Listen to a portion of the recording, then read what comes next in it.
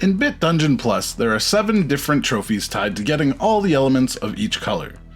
This was very confusing for me because the game doesn't give any explanation of what elements are. I'm not sure if this is just a bad translation, but each element actually refers to the different gear pieces you can pick up during each of your runs in the game.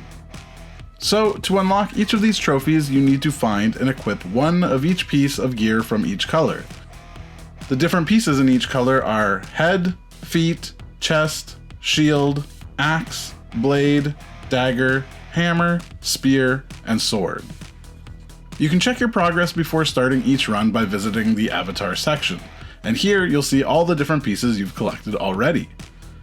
Each color of gear represents a different rarity and can only be obtained in certain circumstances.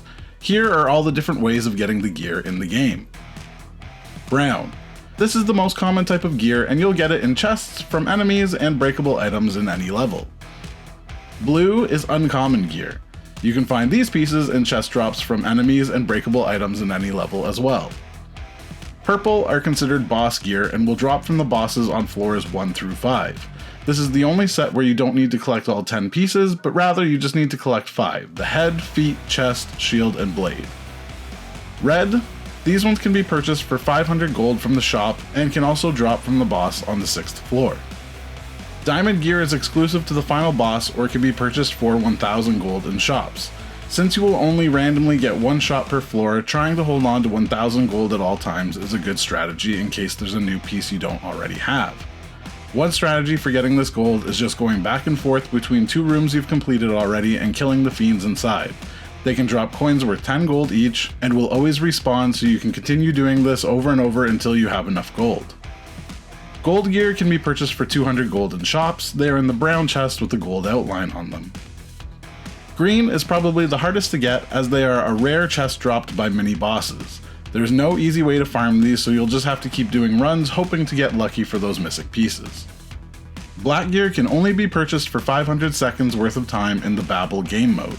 Since this is exclusive to this mode and you can use time to purchase both gold items and diamond gear too, it's probably best to start with the Babel Tower mode and then switch to the regular mode once you've collected all of your black gear. Now that you know where to get all the gear, here's a couple more tips to help you on your way. You do not have to finish a level with the gear for it to count. As long as you pick it up, it should register that you have collected it, and then you can swap back to the item you just dropped if it was better. This also means you can pick up the item, then die or exit out, and it should still count. The game does not let you know if you have collected a piece of gear before, so I suggest looking at the avatar section and taking a picture before venturing out.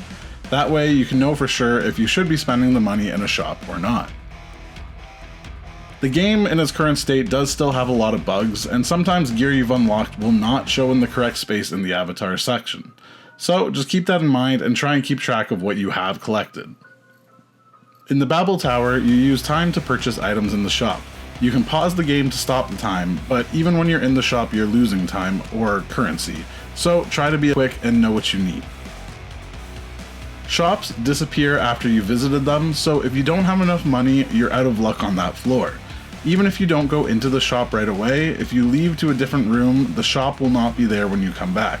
So if you're farming gold, it might be best to do this in the early rooms since the shop can randomly show up anywhere. Alright, well hopefully with those tips, this will make your trip through Bit Dungeon Plus a little bit easier. If there's anything important that I missed, be sure to let me know in the comments, and as always, happy gaming.